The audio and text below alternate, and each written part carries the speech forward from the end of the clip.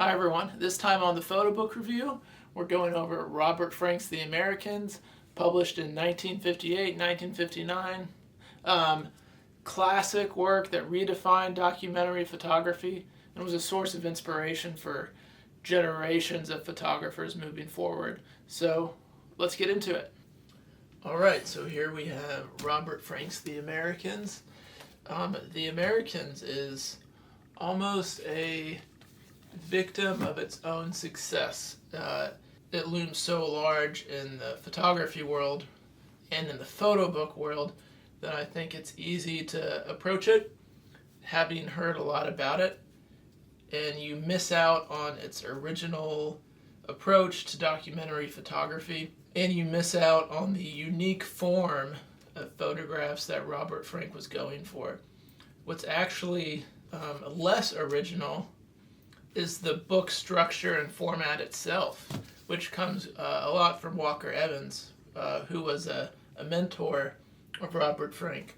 But we'll get into that a little further in the video. Originally published in France, The Americans by Robert Frank was way heavier on text. And it was kind of it had an antagonistic tone that was critical of consumer culture, especially in the 1950s. So first published in France and then more successfully published in the US in 1958 by Grove Press.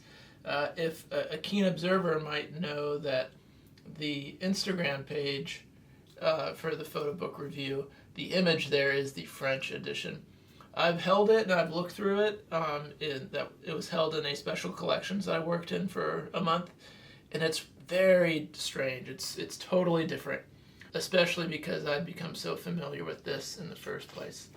The main text in The Americans is by Jack Kerouac, who was a beat poet and someone that Robert Frank admired greatly. It's a great introduction.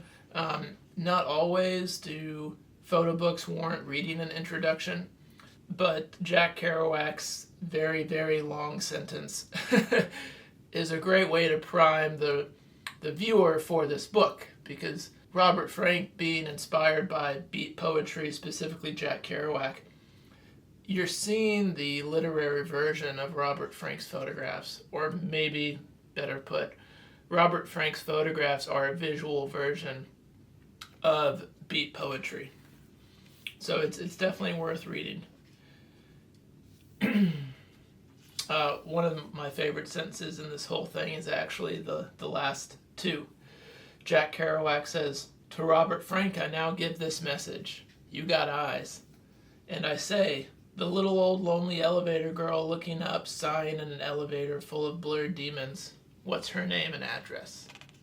And then we hop into The Americans. So I'm going to pause here just to discuss a little bit of the inspiration that Frank had in making this book, and some of the mentoring that Frank had, and explanation of some of the form. Robert Frank makes The Americans and publishes the book as a result of a Guggenheim Fellowship that he was awarded. Leading up to being awarded the Guggenheim Fellowship, Robert Frank worked a great deal with photographer Walker Evans. Reaching for my bookshelf, Walker Evans' book, American Photographs, was a newer, or was an older idea of kind of what Robert Frank was going after, which was hitting the road and getting the idea of America, the American landscape, social, political, and cultural that he was living in. So Walker Evans in the 30s had driven around certain parts of the U.S. and made photographs and published them as American photographs. I would say that they're more of a kind of a post-visualization of a book, photographs that he was making that he brought together into a photo book. But the form of this book is the template by which Robert Frank makes The Americans. In fact, when Robert Frank strikes out to make The Americans in his car, the first run in making the pictures, the first road trip in making this book, he only brings a few changes of clothes and Walker Evans' book, American Photographs. He's very influenced by the format of the book, which is a single image on the right and text on a blank page on the opposite of the photograph.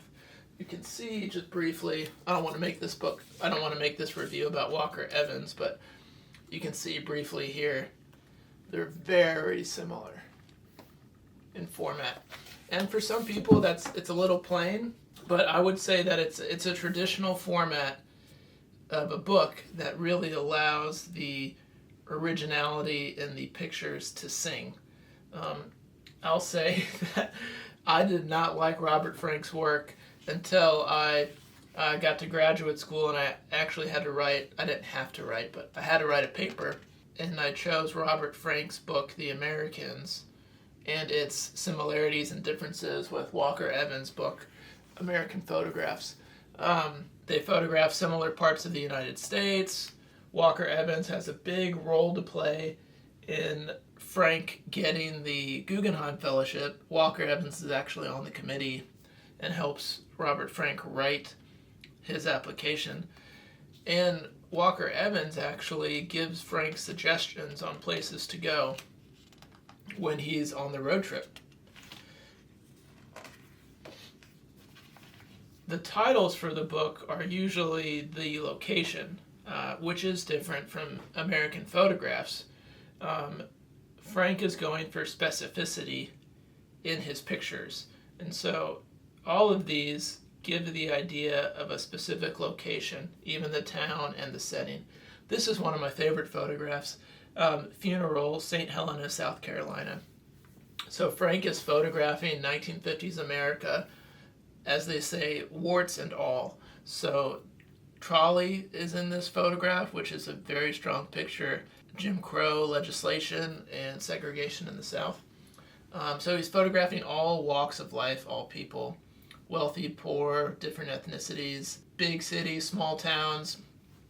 This photograph, I love the rhythm of the men going off into the background, and particularly their kind of gestures. Hands on the face, thinking, top hats. The perspective is what I most appreciate in this image. He's at eye level, and the viewer is pretty much put right next to this man, and it feels as though the bend of this composition that it includes us, that we are Robert Frank having made this image. American Photographs is made up of 82 photographs. Frank is said to have stated he shot 500 rolls of film. So just some quick math here. Let's say his rolls of film are 36 exposure, which seems reasonable. 500 rolls of film at 36 exposures leads to about 18,000 photographs. 82 make it in the Americans. That is, I like to share this with my students, that's a 0.5% success rate. So the idea there isn't that, wow, the majority of his photographs were bad. That's not the idea that I'm getting at. The idea is that Frank could have said many different stories out of those 18,000 photographs, and 0.04% of those photographs make it in the book that tell a specific story. I am not jealous of Robert Frank having to sort through all those pictures.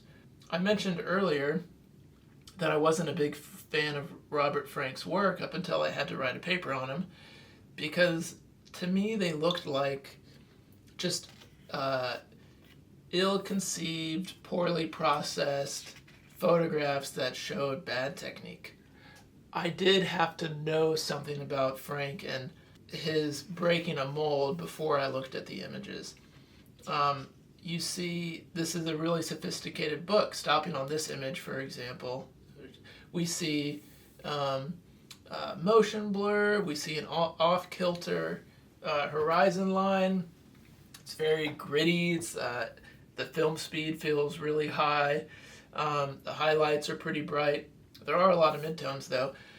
Frank's big contribution to documentary photography is that more so than others before him, he's emphasizing and documenting the experience of the photographer as much as he's documenting the scene.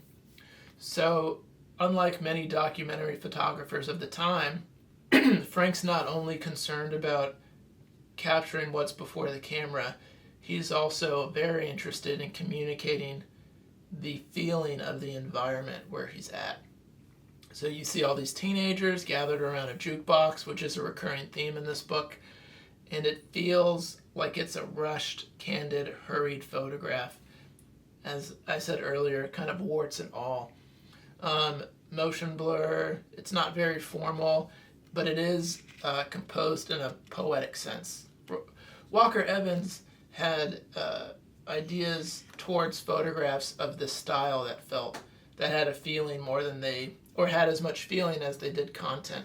Evans really admired and remarked on how Robert Frank's natural style was this kind of gestural way of making pictures that took seriously the photographer's experience while documenting the things that he was looking for.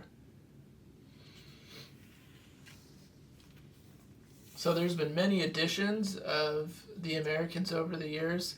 The original American editions published in 1958 by Grove Press. Then there is a version published in the 1960s. There's another version published with I believe it's a black sleeve. And then there's this edition, which is published by Steidl. And it's a very close, nearly facsimile to the original version. The original version is a little bit bigger, but the print quality in the Steidl version is very, very compelling.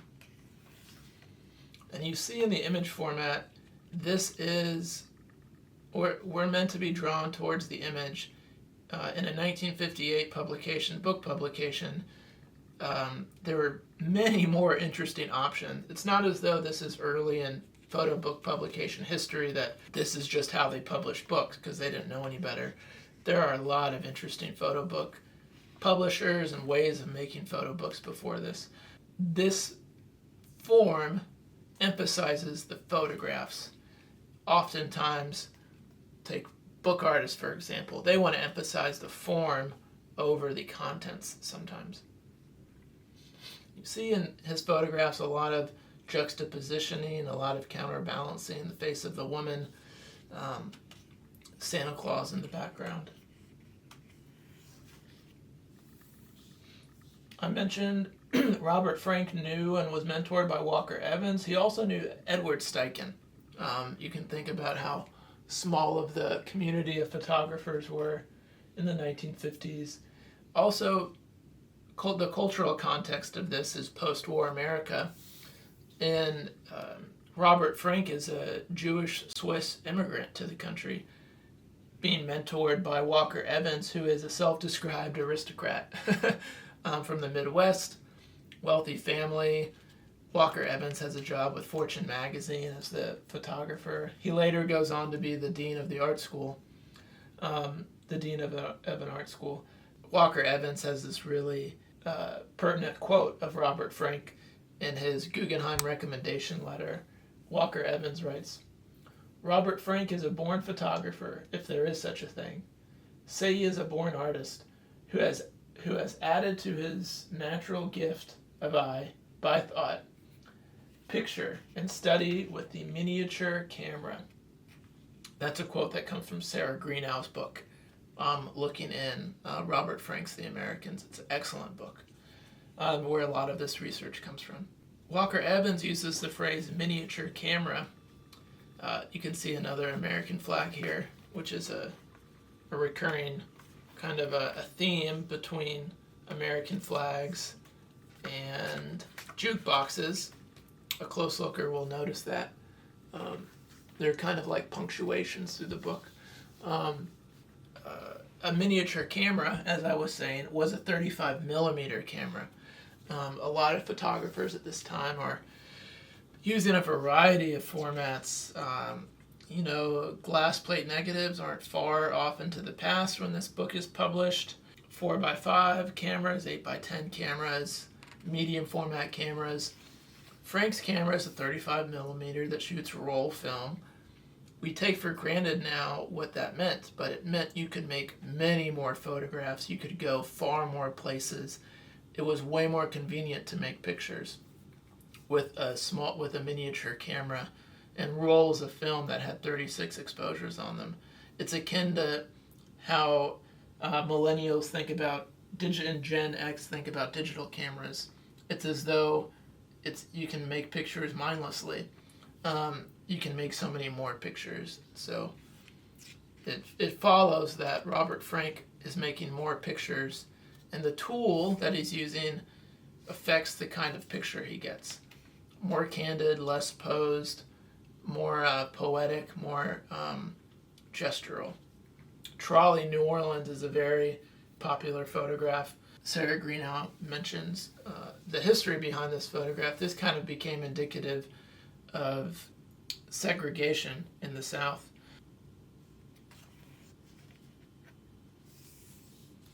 In my own research and having to write a paper, I compared Canal Street, a very famous photograph. I compared the way that Robert Frank and Walker Evans photographed the South, specifically, how they photographed the same locations at times, but with a very different eye at culture, at race, and at the landscape, the physical landscape.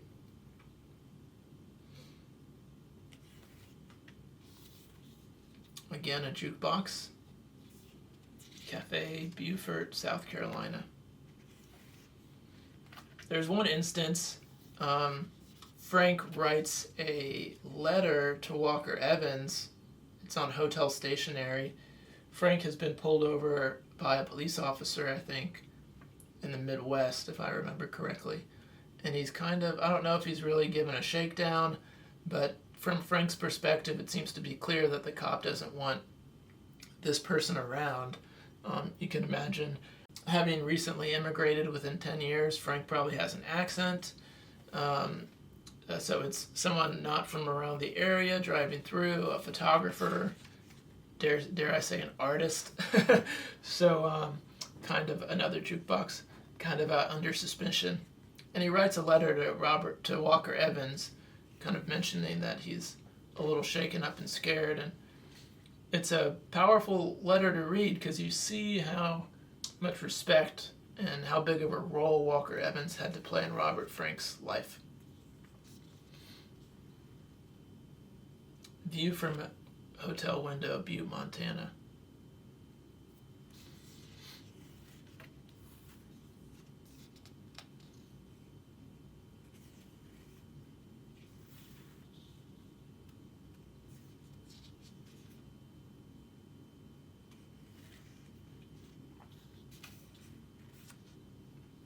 When he's making these pictures, I often wonder if he's metering or how he's metering, because he includes, kind of against conventional wisdom, the light source in with the subject of his photograph, which would be so difficult to print, much less to make a publication around. If there's any photograph that feels like a Walker Evans photograph, it's this picture in the whole book. I don't mean to overemphasize the titles of these things, but Robert Frank isn't just casually titling these images or not thinking about the other things he could name them. He's photographing in his proposal in the Guggenheim application. He wants to photograph now in America. So he wants to see what the country is like. It's nearly a continent country, and all these different cultural kind of capsules, different parts of the country, different history, different people being there. So you are meant to read and consider these titles that are specific places with the images. Frank photographs on and off by himself or with family. In fact, the last photograph in this book is his first wife in a car with their child. St. Petersburg, Florida.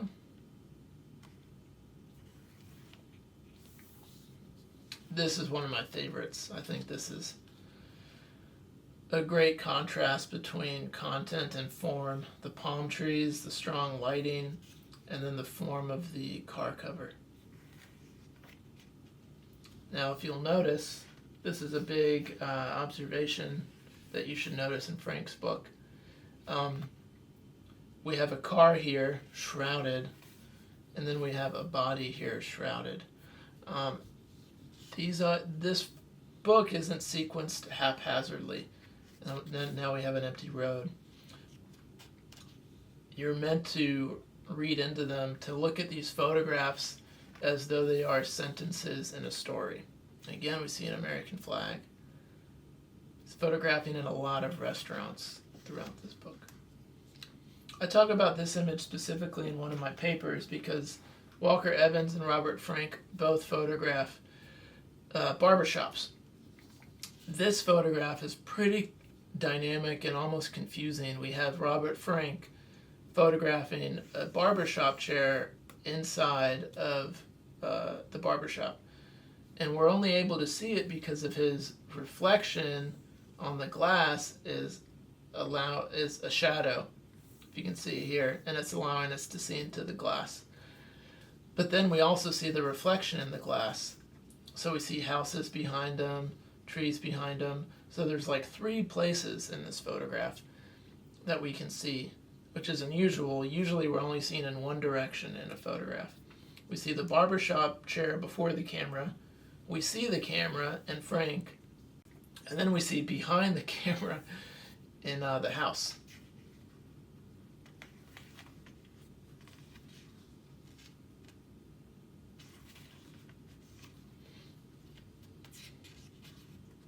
This image always reminds me of Bike Riders, the Lions book.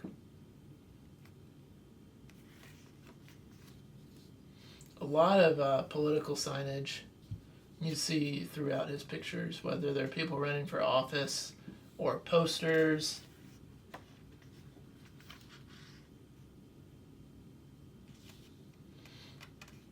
But if you go into this book having an appreciation that the photographs are meant to be expressive, especially this one, we have a glowing jukebox that feels like an altar, really dim room, and then this figure just jetting off out of the picture. Not a lot of pictures are being made like this at the time. I won't go as far to say no one's making pictures like this, but photographs that preference form over content, that are also trying to, even by breaking or bending the rules, using those rules against themselves, overexposure, underexposure, grit, to impart a feeling. If you don't understand that no one was really doing this before Frank, then you do fall victim to the success of this book. You kind of think, well, there's lots of people now who make pictures like this, so what makes this so special? What makes this so special is that Robert Frank kind of started that. Nan Goldin, Larry Clark, both of them look back towards the Americans as life-changing for their photographs. That the photographer has a feeling to impart into the work. TVs also show up. So you're looking at elements of cultural 1950s America. TVs, jukeboxes, American flags, politics, drive-in movie theaters. You can imagine the impact that a book like this would have on film directors too, who are setting their movies in 1950s America. Mississippi River, Baton Rouge, Louisiana. I love this photograph, this humble outdoor chapel that this man has made. He's kneeling on cardboard by the river. He's bearing a cross. He looks to be in linen, almost like someone who would be baptized, a boat coming down the river. This is Robert Frank in so many ways shaped street photography so that It never went back to a different form.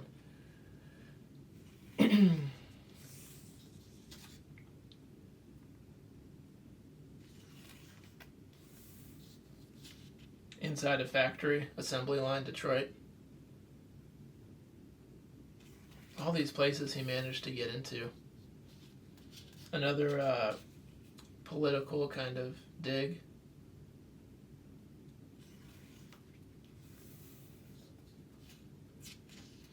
Men's room railway station in Memphis, Tennessee. I think one thing that comes to mind when I look at Robert Frank's The Americans is things are never as bad or as good when you look back. They're confusing times, and there's a lot going on that would surprise you or disappoint you when you look at some of these pictures. Salt Lake City, Utah.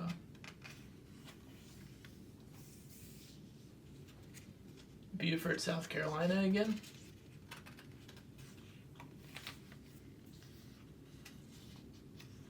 This is probably that same funeral. See another rhythm going back. And then this overexposed Spanish moss in the background. So we go from grave, open casket, memorial, wake, to what looks like a gravesite. So there's a lot of, in Robert Frank's sequencing, there's a lot of this than that. It's important to not just think about this book or many photo books, at least made by photographers or artists. It's not a bunch of images binded together that you're meant to look at one at a time. The sequence of them and then the page turn has a lot to say. Or the photographers are using that form instinctively. At least the best photo books do that.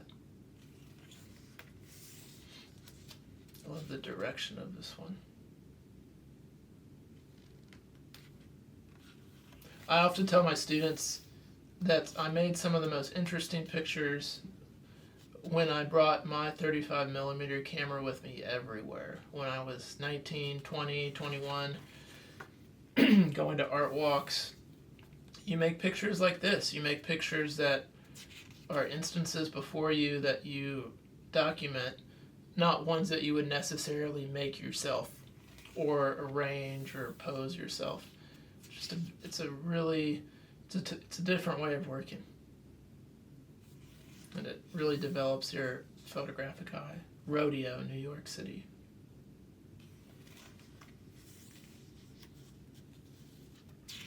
Love the out of focus foreground with the sharp in focus background.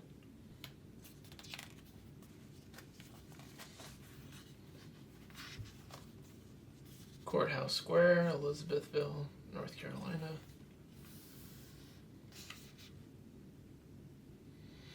A lot of isolation you see in his photographs, either people directly interacting in motion, showing affection, or very alone. The girl in the elevator, that man in the picnic.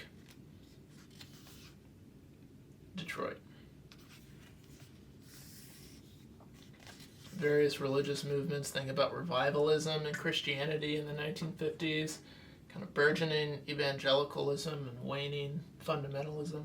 Christ died for our sins. Christ came to save sinners. Chicago. Public Park, Ann Arbor, Michigan. Car culture. The country's young. Baby boomers. City Hall, Reno, Nevada. One of the coolest pictures, like, who doesn't want to be those two people? Indianapolis. And then US 90 en route to Del Rio, Texas. So this is Robert Frank's son and wife. Very reminiscent of that earlier photograph in form. The darkness of the car here, and the other photograph is the darkness of the road. And then that really strong one-point perspective, mountains in the background. So this is the from Steidl, and mentions other publication dates. First edition, Robert Delpire, that's the French edition, and then First Grove Press edition, 1959. All the other sources say 1958. And then the photographs made for this were across 2 years. Robert Frank's Guggenheim Fellowship Travels, 1955 to 1956. This is a 2017 Steidl publication. And then book sleeve, it's very similar, all of them in the editions, except I think one comes in black. Hard to beat that crisp white paper book cover though. And then the very famous New Orleans trolley. Robert Frank, The Americans.